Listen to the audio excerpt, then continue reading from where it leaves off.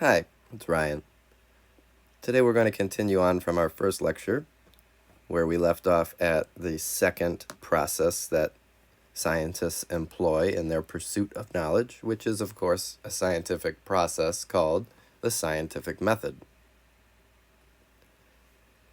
The scientific method comes in many different flavors, I guess, though the point of it, no matter what class or how many steps it has or it's in, it always has the same purpose. In general, we use the scientific method because it provides testing. So the scientific method provides testing in science. But as I had mentioned in the first day, our scientific method, or the one that I like the most, is a scientific method that has 4.5 steps. So we're going to lay out the scientific method that I like the most. Step 1 is observation.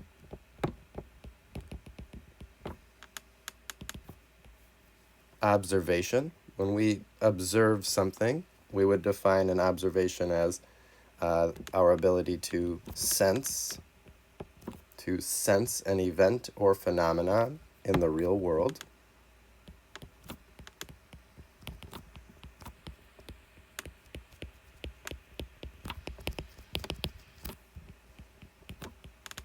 It might be important to note to yourself that when we talk about the real world, what we're really talking about is anything that exists outside of your mind. So your thoughts and feelings, they are real, but they do not exist in your real world because they exist in your mind. That being said, your thoughts and feelings do not exist in my mind, and so your thoughts and feelings are part of my real world, which means I can study your thoughts and feelings, but you can't in a scientific sense. Sense, by the way, we need to sense an event or phenomenon. I chose the word sense instead of observe or look at or something like that because we have 5 senses, and oftentimes we have to employ multiple senses when we make an observation. For example, your sense of hearing is far more sensitive than your sense of sight. So in some experiments, it would make sense to observe whatever event or phenomenon that you're encountering with your ears instead of your eyes. Anyway, that's the first step of the scientific method, is to make an observation. The second step is the hypothesis step.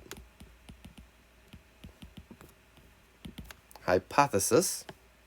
When we create a hypothesis, or an hypothesis, depending on how you say it, we'll define that as to formulate a general statement. To formulate a general statement that explains the observation.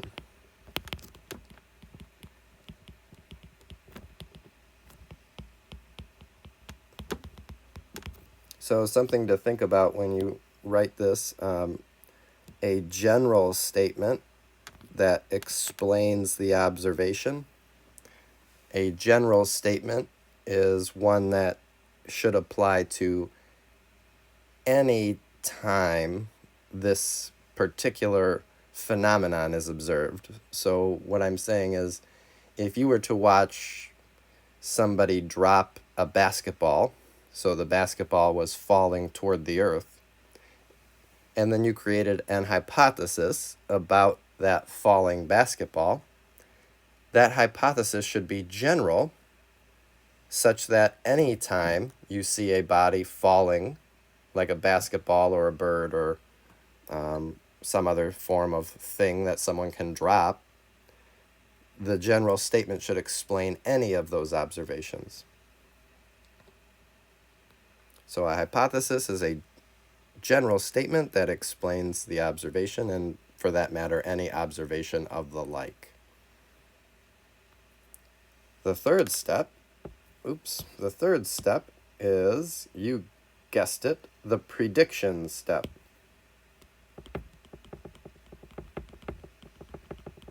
Prediction. When we make a prediction, we're really trying to forecast a future event, but it has to be based on the hypothesis. To forecast a future event based on the hypothesis, which is very important to note. If it isn't based on the hypothesis, then these steps are not going to be connected. So we have to forecast a future event based on the hypothesis.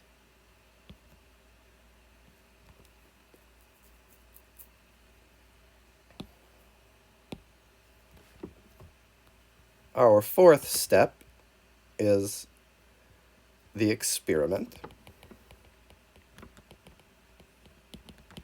When we do an experiment, what we're really doing is we're testing the prediction, and we have to do the experiment in the real world. It can't be a thought experiment. So we're going to write to test the prediction, which is based on the hypothesis, but that test has to be in the real world. It can't be in your mind.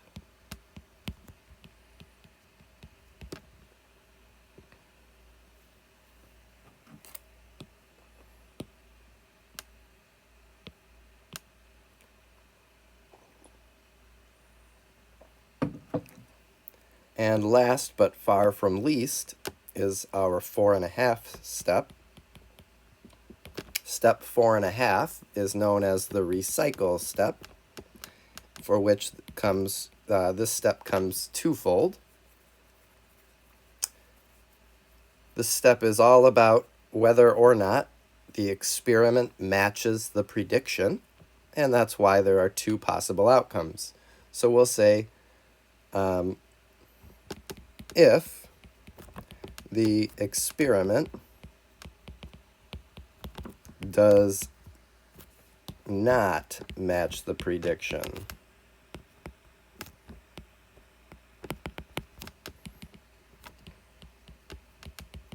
if the experiment does not match the prediction, then we return to the hypothesis, return and rework the hypothesis.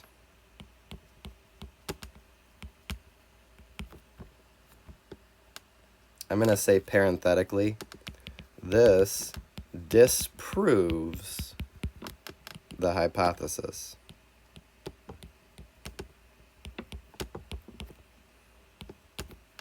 This disproves the hypothesis, which is why we would have to rework or rewrite a new hypothesis.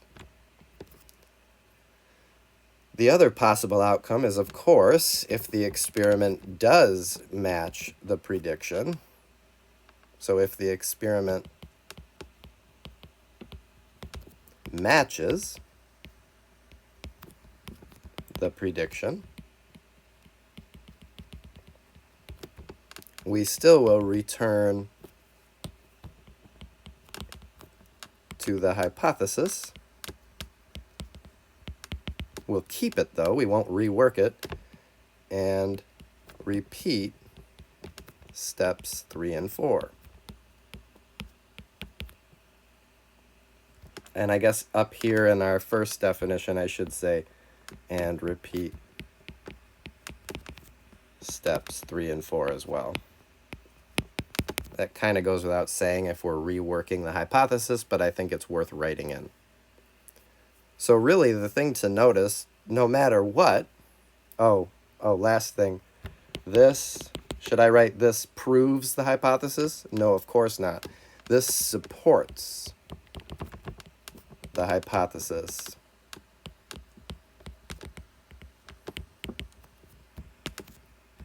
We can never prove in science.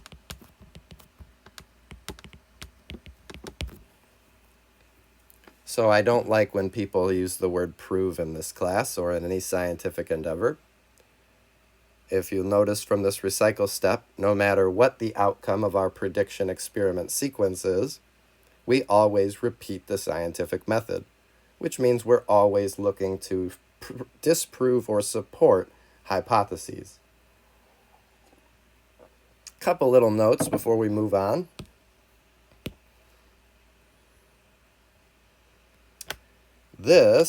These first two steps is basically what we did in Greek science. So famous people like Aristotle would make observations and create hypotheses, and depending on how reputable the person who created the hypothesis is, the public would just believe it. My favorite example of this has to do with Aristotle. Aristotle was quoted in saying that men have more teeth than women. And because Aristotle had such scientific clout, people heard this and took it for face value and went on believing that men had more teeth than women. Nobody decided to count the teeth in their head and compare it to the opposite sex. And I think back then there were different dental practices as well, so people probably didn't have all their teeth in the first place. The point is, back then, people made hypotheses and then just believed them. When we finally were able to add steps 3 and 4, we call these the prediction experiment sequence.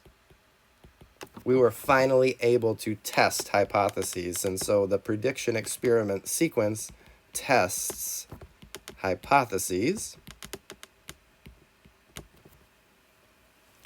And that's what really took science to a different level. The last thing I want to talk about in this little video is some of the support for why I like to say that we can never prove anything in science. So there's this guy that most people have heard of. His name was Isaac Newton. I'm sure you've heard of him. And in 1666, Isaac wrote a very famous paper, and in that paper, he gave 3 laws of motion.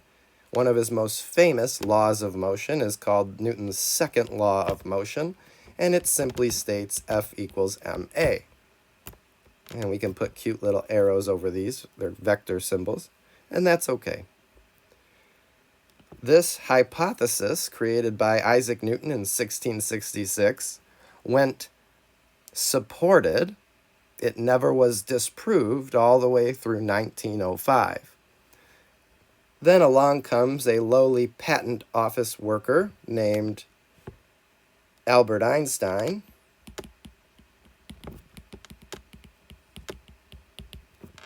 And Albert Einstein and his thought experiments, which I've told you we can't do, but he was a special sort of man. Albert Einstein came up with an adjusted version of Newton's second law. So he basically disproved F equals ma. And in doing so, he took almost 300 years of support for this hypothesis and said, no, it's wrong. Even though Newton's second law was enough for us to build vehicles, it wasn't enough for Uncle Al. Point is, Albert Einstein came along in 1905, and he said, I'm sorry, we have to modify N2, Newton's second law. He wrote N2 as follows: F equals gamma cubed ma. And we'll say where gamma is called the dilation constant. Gamma is equal to 1 over the square root of 1 minus v squared over c squared, where c is defined as the speed of light. And the speed of light is, of course, 299,792,458 meters per second. That's approximately 100 and I think about 86 miles per second. That's just a quick calculation. I might be slightly off, but the point is the speed of light is very fast. And Uncle Al came along and said this is actually how Newton's second law works. Just for funsies, let's look at what gamma equals if v is much less than c. So here's the thing. Anything on Earth that people create, we create velocities that are much less than the speed of light. We don't have a choice. We can't go that fast. We haven't figured out how yet. So if you think about riding in an airplane or a helicopter or skydiving, all of those speeds that you get, even if you're going in the fastest jet in the world, you're still literally going thousands of times slower than the speed of light. The point is, if we take a really small number, like 100, and we put it over c squared,